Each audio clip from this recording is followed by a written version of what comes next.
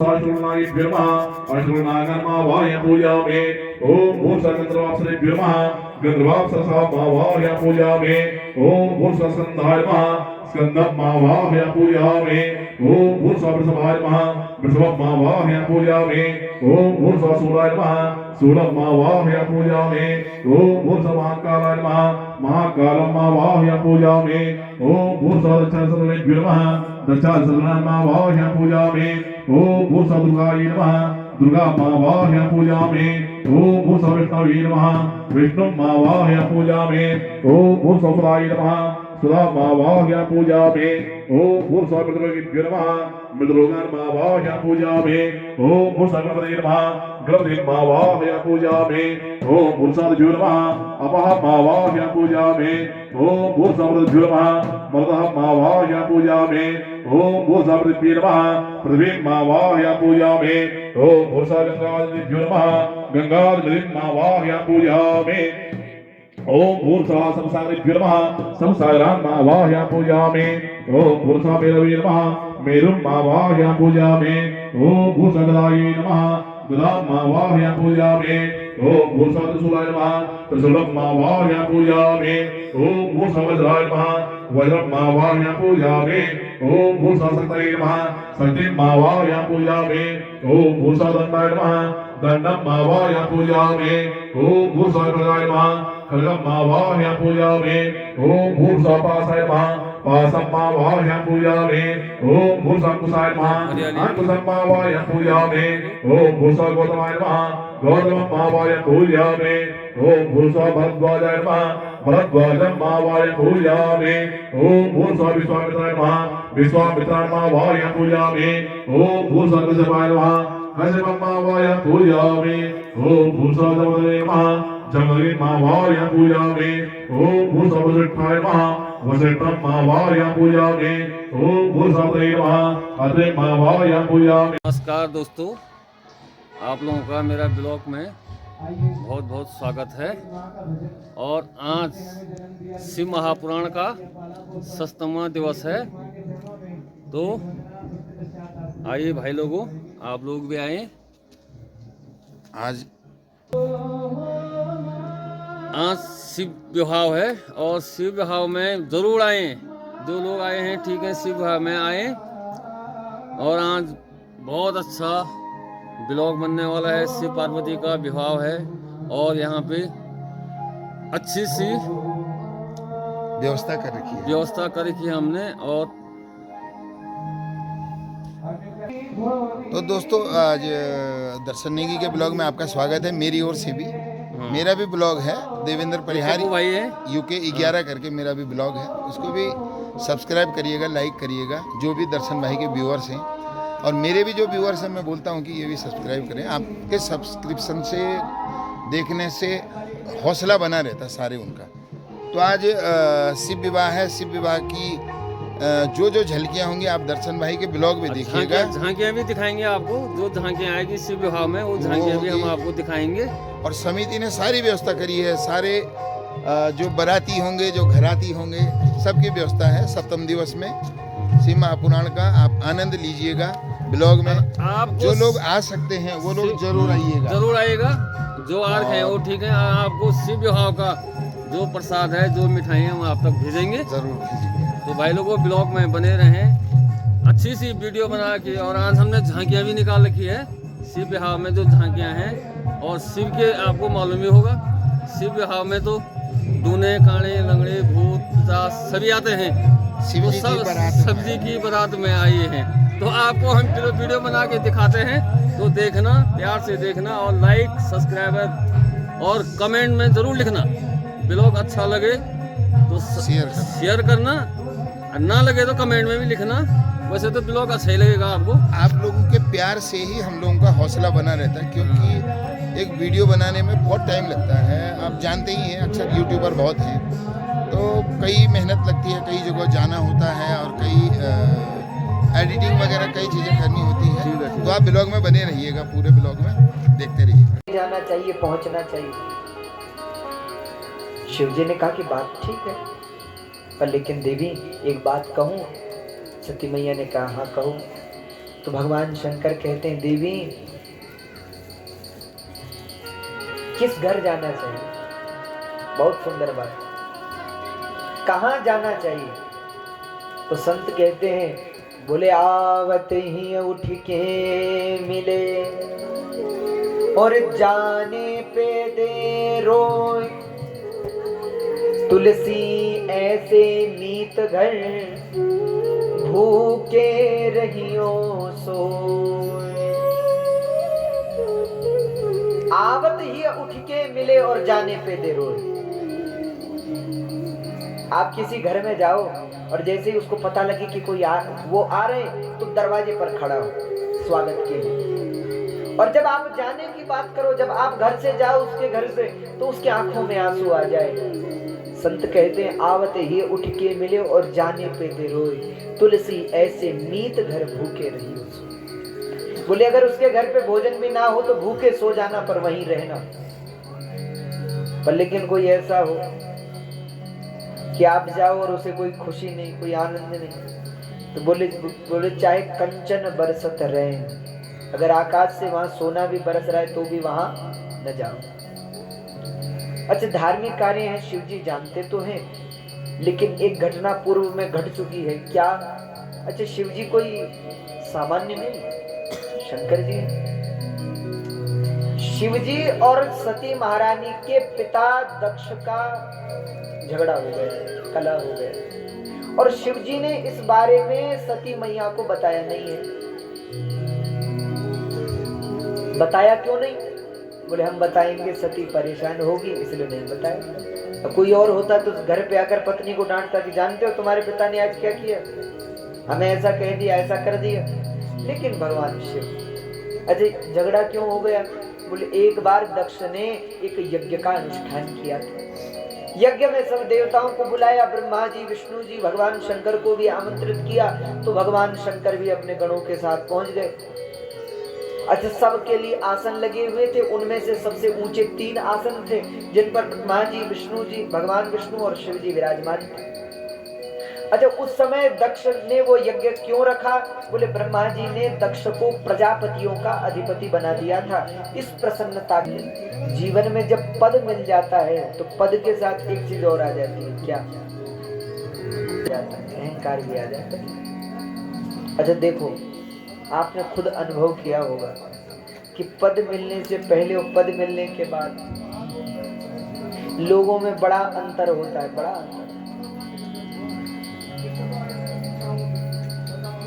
बड़ा अंतर होता है।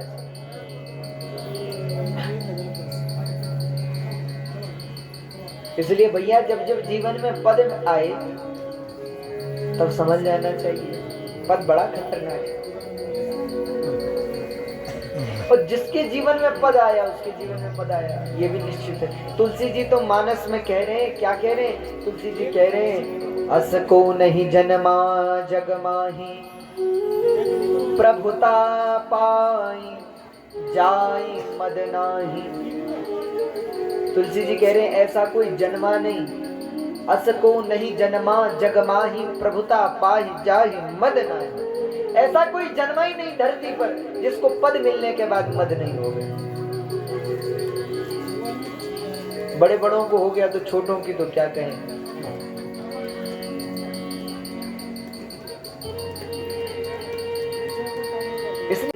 भगवान विष्णु और भगवान शिव। अर्थ दक्ष ने सोचा कि ब्रह्मा जी ने प्रणाम नहीं किए तो मेरे पिताजी हैं, कोई बात नहीं। भगवान विष्णु तो भगवान है, ये क्यों प्रणाम करी, हम ही ने प्रणाम करे। पर ये शिव, ये शंकर, अरे ये तो मेरा जमाई है और जमाई तो पुत्र तुल्य होता है, इसने मुझे प्रणाम नहीं किया। और भगवान शंकर की ऐसी कोई आशा नहीं थी कि दक्ष को प्रणाम न करे। शिव जी तो ध्यान में बैठे थे, आंखें बंद थी, तो पता ही नहीं कि कौन आ रहा है कौन जा रहा है शिव जी को तो। पर लेकिन देखो ये अभिमानी का चिन्ह है, अभिमान की निशानी है। क्या? अभिमानी व्यक्ति ये नहीं देखता कि मुझे कितने प्रणाम कर रहे हैं, अभिमानी ये देखता है कि कितने नहीं कर रहे हैं। दक्ष परेशान, और क्या परेशान हुआ? बोले भगवान शंकर को गालियां देना दक्ष ने शुरू किया। शिव जी को कहने लगा, अरे दुष्ट, अरे पापी, शमशान वासी कुल जन्महीन, शमशान में वास करने वाला, भूत प्रेतों का संग करने वाला, तुझको मैंने अपनी कन्या का दान दिया और तू मुझे प्रणाम नहीं करता, मुझे नमस्कार नहीं करता, भरी सभा में मेरा अपमान करता है।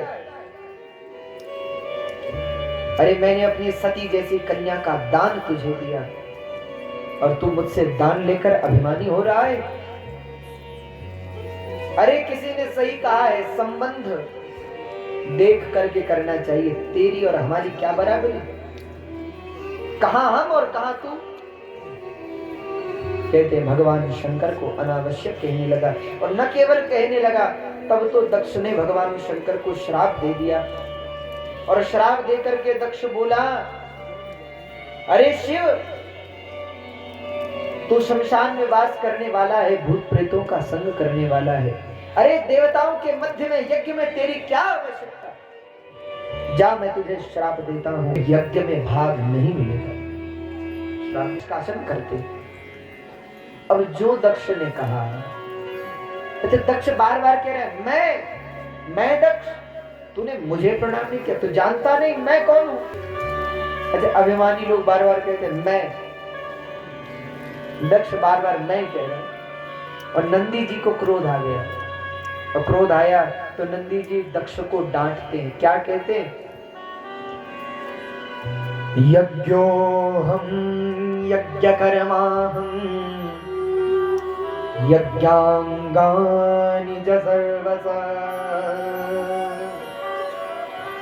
यज्ञात्मा यज्ञनिरतो यज्ञबाहो हमेव वै। भगवान के परम भक्त श्री नंदी जी बोल पड़े, अरे दक्ष बड़ा मैं कर रहा है, क्यों हम यज्ञ कर्मा, हम भगवान शंकर तो साक्षात यज्ञ स्वरूप है और भगवान शिव का नाम है शिव। शिव यानी, शिव का अर्थ क्या होता है, शिव का अर्थ होता है कल्याण। क्या होता है, अच्छा आप यज्ञ करो और यज्ञ के बाद कल्याण ना करो तो यज्ञ करोगे, तो यज्ञ होता ही कल्याण के लिए। जब यज्ञ से कल्याण ही नहीं होगा तो यज्ञ करेगा कौन। और जो नंदी जी ने डांटना शुरू किया, अरे दक्ष बड़ा मैं कर रहा है, तो जा मैं तुझे श्राप देता हूं कि मैं करने वाले बकरे का ही सिर तुझे लगे, फिर मैं करता रहेगा। अच्छा दक्ष को श्राप देकर, अच्छा ब्राह्मण का कर्तव्य क्या है यहाँ पर वर्णन है। दक्ष के आचार्य है भृगु जी और आचार्य का कर्म है यदि कभी यजमान से गलती हो तो उसको डांटे। हाँ, डांटने का है, डांटे, समझाए, पहले तो समझाए, ना समझे तो डांटे, फटकारे कि भैया ऐसा नहीं होता है। लेकिन भृगु जी ने दक्ष को डांटने की बजाय, तो ये तो शिव जी भगवान है, तो भगवान का अपमान करते हो, डांटने की बजाय दक्ष की ही तरफ भृगु जी हो गए, अपने यजमान की ओर हो गए और नंदी से बोले, अरे नंदी, जमाई और ससुर के झगड़े में तुम सेवक होकर बीच में क्यों बोलते हो। अरे तुम जैसे जो शिव जी के गण हो वो नष्ट और भ्रष्ट हो जाए, जाओ हमारा श्राप। अब तो नंदी जी को भी क्रोध आ गया और डांटते हुए भृगु जी से कहा, अरे भृगु जी, आप जैसे जो लोभी धन के लोलुप ब्राह्मण हो, जो धन के लिए यजमान का सम्मान करे, उसका साथ दे, उसे डांटे नहीं, आप जैसे ब्राह्मण दरिद्र हो जाएंगे हमारा श्राप। अब तो भैया श्रापा श्रापी हो गई, एक एक को श्राप दे, दूसरे को श्राप दे। भगवान शंकर ने सोचा कि माहौल बहुत गर्म हो गया है, चलो कैलाश चलना चाहिए, वही ठंडा है। अब ठंड में चले तो सब गणों को समझाया और अपने साथ कैलाश ले गए। वापस पहुंचे तो सती मैया को नहीं बताया कि तुम्हारे पिता से झगड़ा हो गया, सती जी के साथ, और गणों से भी कह दिया कि कोई कहना मत सती जी। अच्छा, दक्ष ने ये यज्ञ शिव जी के अपमान के लिए ही किया है, जिसमें सती जी कह रही हैं कि हम जाएंगे। दक्ष ने देखा कि अब तो धरती पर यज्ञ होना बंद हो गया, लोग यज्ञ ही नहीं करते। क्यों? क्योंकि दक्ष का श्राप है, शिव जी को भाग दे नहीं सकते, और शिव जी को अगर भाग मिलेगा नहीं तो यज्ञ सफल होगा नहीं, यज्ञ सफल होगा नहीं तो फल मिलेगा नहीं, कल्याण होगा नहीं, तो यज्ञ करे क्यों? और जब यज्ञ नहीं होगा तो यज्ञ ही तो देवताओं का भाग है, इसलिए देवता भी निर्बल हो गए, देवता परेशान हो गए कि जब यज्ञ होगा तब भोजन मिलेगा, क्योंकि यज्ञ में दी हुई आहुति ही देवताओं का भोजन है। अब क्या करें? तो दक्ष ने स्वयं यज्ञ का अनुष्ठान किया। बोले पहला ऐसा यज्ञ हम करेंगे जिसमें शिव जी को भाग नहीं दिया जाएगा। ऐसा पहला यज्ञ दक्ष ने किया, और जिस यज्ञ में शिव नहीं, जिस यज्ञ में कल्याण नहीं, वहां मंगल कैसे हो सकता है? अब तो सती महारानी बार बार कहती है, भोलेनाथ हे विश्वनाथ, चलिए हम यज्ञ में चलें, हम यज्ञ में चलें। और जब बार बार सती महारानी कहती है तो भगवान शंकर सती जी से कहते, बोले देवी आपको जाना है, आप जाओ, हम नहीं जाएंगे। अब तो सती महारानी अकेले ही चल पड़ी, और जब चल पड़ी शिव जी ने गणों को भेज दिया सती जी के साथ, और सब सामान देकर भेजा, क्योंकि शिव जी जानते हैं अब सती नहीं लौटेगी। क्यों? क्योंकि दक्ष मेरा अपमान करेगा, सती से मेरा अपमान सुना नहीं जाएगा, तो लगता है अब सती नहीं लौटेगी। अब तो सती महारानी चल पड़ी गणों के साथ, और गणों के साथ जैसे ही पहुंची तो सबसे पहले सादर भली मिली एक माता, भगिनी मिली बहुत मुस्काता। सती जी की जो बहनें हैं वो सती जी से कहती हैं, अरे सती क्या बात है, आज वो त्रिशूल वाले नहीं आए? अरे आज वो गले में मुंड माला धारण करने वाले नहीं आए, आज अकेली आई हो? सती जी का मजाक उड़ा रहे। लेकिन सती जी बहनों के परिहास को ऐसे ही टाल देती। माँ से मिली, माँ ने बड़े प्रेम से सती को, माँ तो माँ होती है, गले से लगा, बेटी बहुत अच्छा किया तू आई। अरे सब आई है, तू ही नहीं आई थी, बहुत अच्छा किया। सती ने कहा, माँ क्या बात हो गई, पिताजी ने बुलाया नहीं? माँ ने कहा, पुत्री तेरे पति में, क्यों तेरे पति ने बताया नहीं, शिव जी ने बताया नहीं? सती ने कहा कि नहीं, उन्होंने तो नहीं बताया। बोले शिव जी में और तुम्हारे पिता में कलह हो गया है, झगड़ा हो गया है, पर कोई बात नहीं।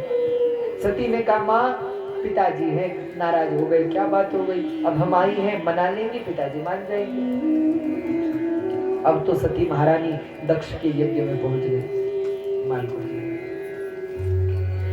और जैसे ही भगवती सती दक्ष के यज्ञ में पहुंची तो क्या देखती है कि दक्ष सामने खड़े हैं। सती महारानी ने दक्ष को प्रणाम किया, पर दक्ष ने सती की ओर देखा भी नहीं, मुख मोड़ लिया।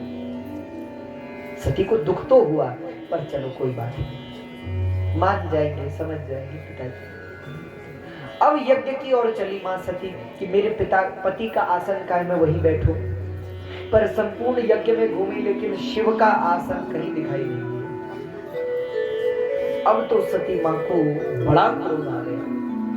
बोले बताओ, हमारे पति का आसन तक नहीं लगाया यज्ञ में? तो अब तो महारानी सती ने दक्ष से पूछा, पिताजी मेरे पति का आसन कहाँ है? क्रोधित होकर दक्ष ने कहा, रे सती तेरे पति का आसन मैंने शमशान में लगाया है। अरे वो शमशान में रहने वाला, उसका यज्ञ में क्या काम? वो भूत प्रेतों का संग करने वाला, सामान्य आचार से ही। और जब दक्ष बुरा भला कहने लगा तो सती का पारावार बढ़ गया। देखो, एक कन्या, एक बेटी, एक पुत्री अपने मायके में अपना अपमान सह सकती है, पर अपने पति का अपमान सह सकती है क्या?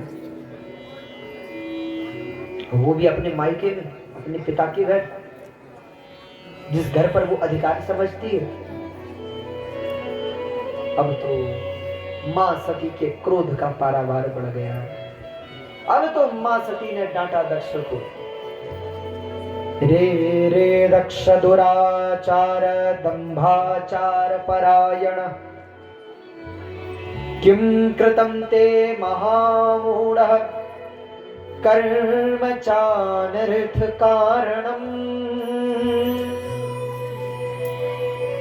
रे रे दक्ष दुराचार दंभाचार परायण।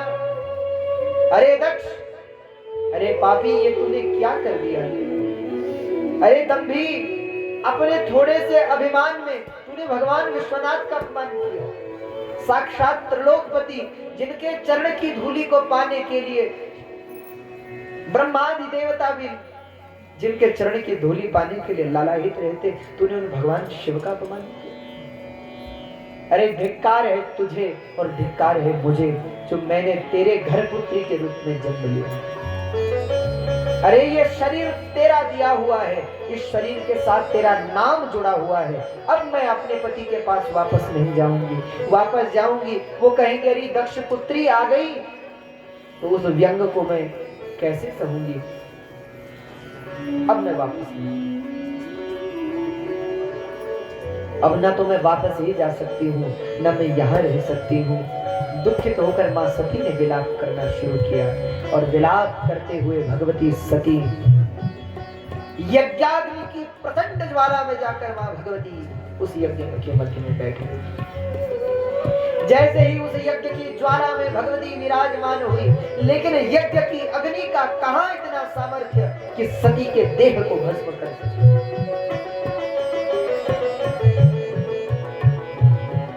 अब तो मां सती दुखित होती, अरे इस यज्ञ की अग्नि में भी मेरे शरीर को जलाने का सामर्थ्य नहीं। तब भगवती सती ने अपनी ही योगाग्नि से प्राणों का परित्याग कर दिया।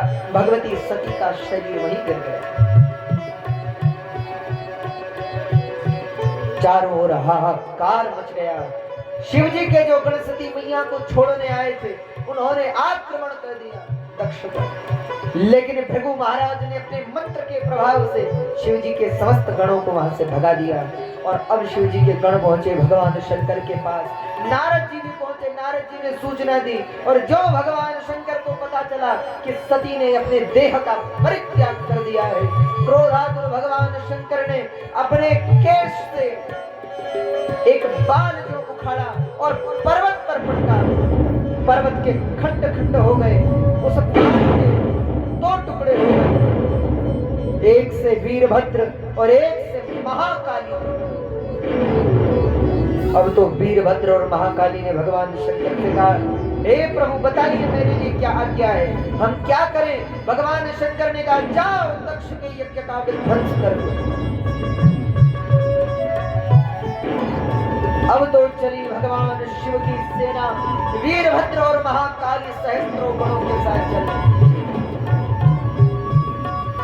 काली कात्यायनी शानी चामुंडा मुंडमर्दिनी भद्रकाली तथा भद्रा त्वरिता वैष्णवी तथा। काली कात्यायनी ईशानी चामुंडा मुंडमर्दिनी सब भगवती के स्वरूप चल पड़े दक्ष का अंत करने के लिए।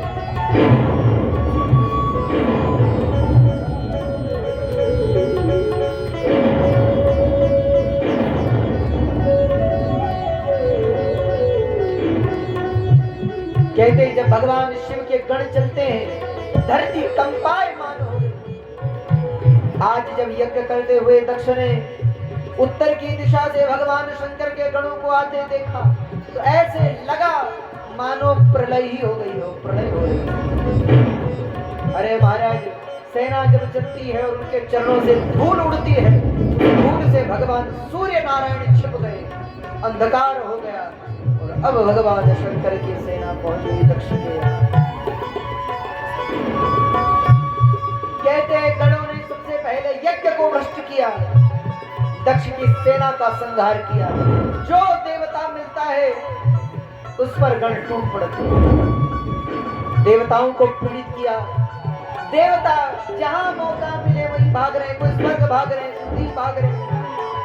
चारों दिशाओं में हाहाकार हो रहा है। अब तो दक्ष सीधे भगवान विष्णु के पास पहुंचा, हे प्रभु आप यज्ञ स्वरूप हैं, आप ही मेरे यज्ञ की अब रक्षा कीजिए, आप मेरे यज्ञ को बचाइए। तब भगवान विष्णु वीरभद्र से लड़ने के लिए पहुंच गए। कहते हैं वीरभद्र ने अपने सामने खड़े भगवान विष्णु को देखा तो नेत्र ज्वाला से लाल हो गए। वीरभद्र। क्रोधित होकर वीरभद्र ने कहा, हे भगवान विष्णु, आप और शिव जी में मैं अंतर नहीं मानता, आप और शिव तो एक समान है, क्या आप इस दुष्ट दक्ष का साथ देंगे? तब भगवान विष्णु ने कहा, हे दक्ष, हे वीरभद्र, मैं प्रतिज्ञा से बंधा हूं, मेरी प्रतिज्ञा है मैं यज्ञ की रक्षा करूंगा, पर लेकिन हे वीरभद्र, मैं तुम्हें वरदान देता हूं, तुम मुझे जल्दी पराजित करो और मैं वापस अपने नगर को लौटूंगा। अब तो वीरभद्र और भगवान विष्णु का युद्ध छिड़ गया। युद्धं कुरु महावीर मया मार्द सुसंकिता। कहते हैं वीरभद्र के बाणों से भगवान विष्णु जब घायल हो गए तो भगवान विष्णु सीधे अपने वैकुंठ को प्रस्थान कर गए। अब तो दक्ष को बचाने वाला संसार में कोई नहीं। दक्ष भयभीत हो गया।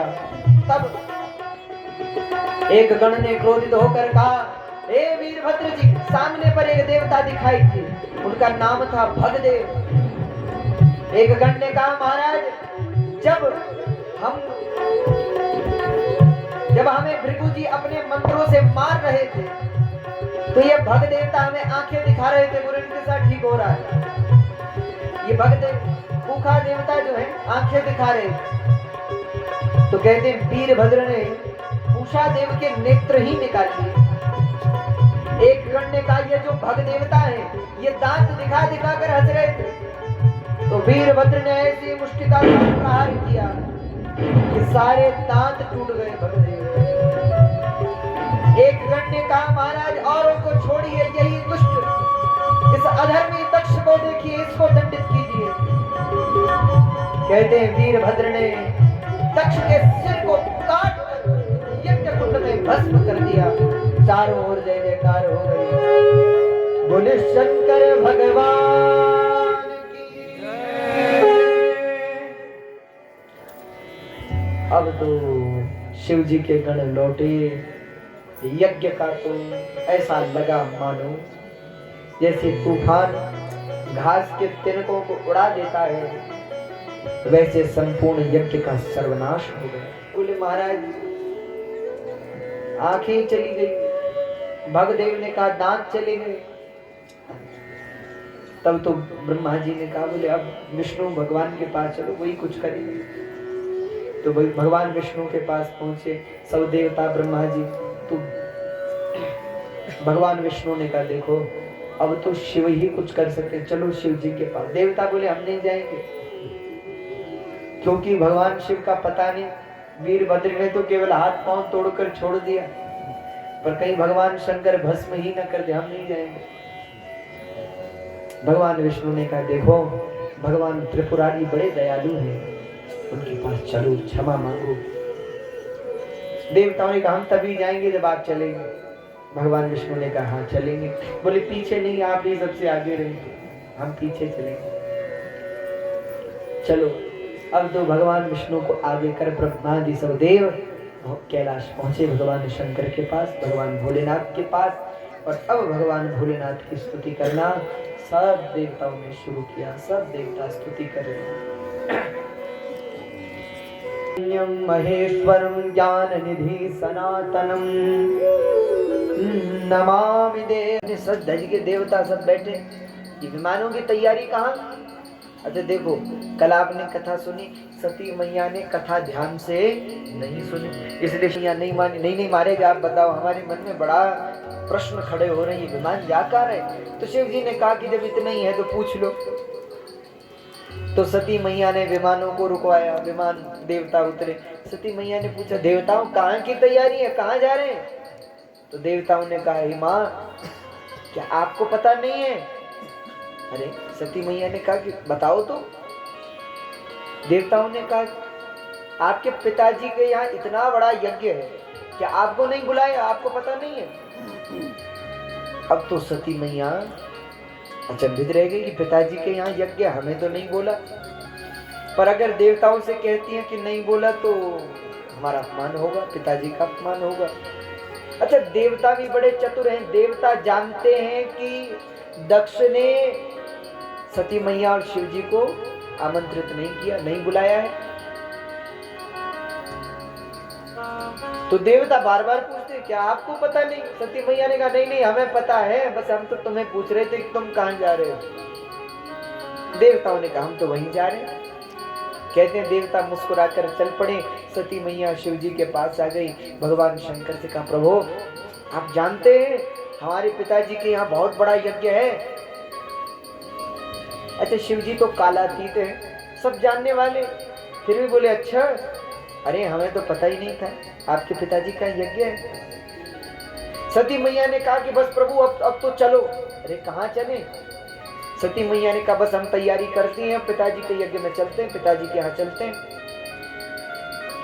कहते हैं भगवान शंकर ने कहा बोले बहुत अच्छी बात है, चलनी चाहिए, तैयारी करो, पर लेकिन एक प्रश्न का उत्तर दो।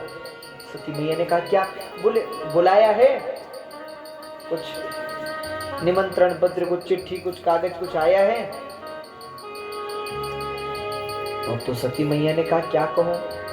तो सती मैया ने कहा कि महाराज बुलाया तो नहीं, आया तो है नहीं। तो शिव जी ने कहा कि देवी तो बिन बुलाए कैसे चले जाएं? तुम ऐसा करो कि रुक जाते हैं जब निमंत्रण आएगा तब चलेंगे। तो सती मैया ने भगवान शंकर से कहा बोले हे विश्वनाथ, हे भोलेनाथ, अरे वो तो हमारे पिता का घर है और पिता